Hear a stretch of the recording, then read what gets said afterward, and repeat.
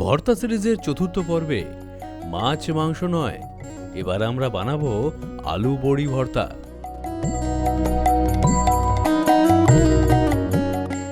প্রথমেই সারফা কাচ্চি ঘানি mustard oil গরম করে বড়িগুলো ভেজে নেব।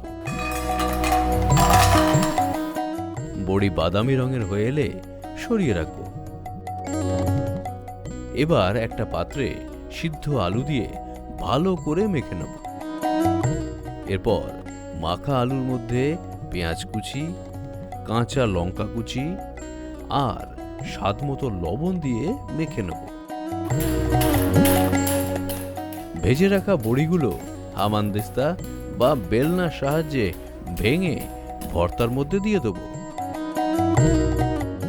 শেষে সারফা কাচ্চি ঘানি মাস্টার্ড অয়েল ছড়িয়ে মেখে নিলেই বড়ি আলু ভর্তা তৈরি। এই সহজ ভর্তা রেসিপি কেমন লাগলো কমেন্ট করে জানাতে ভুলো না। দেখা হবে আরেকটি নতুন ভর্তা রেসিপি নিয়ে পরবর্তী ভর্তা সিরিজে।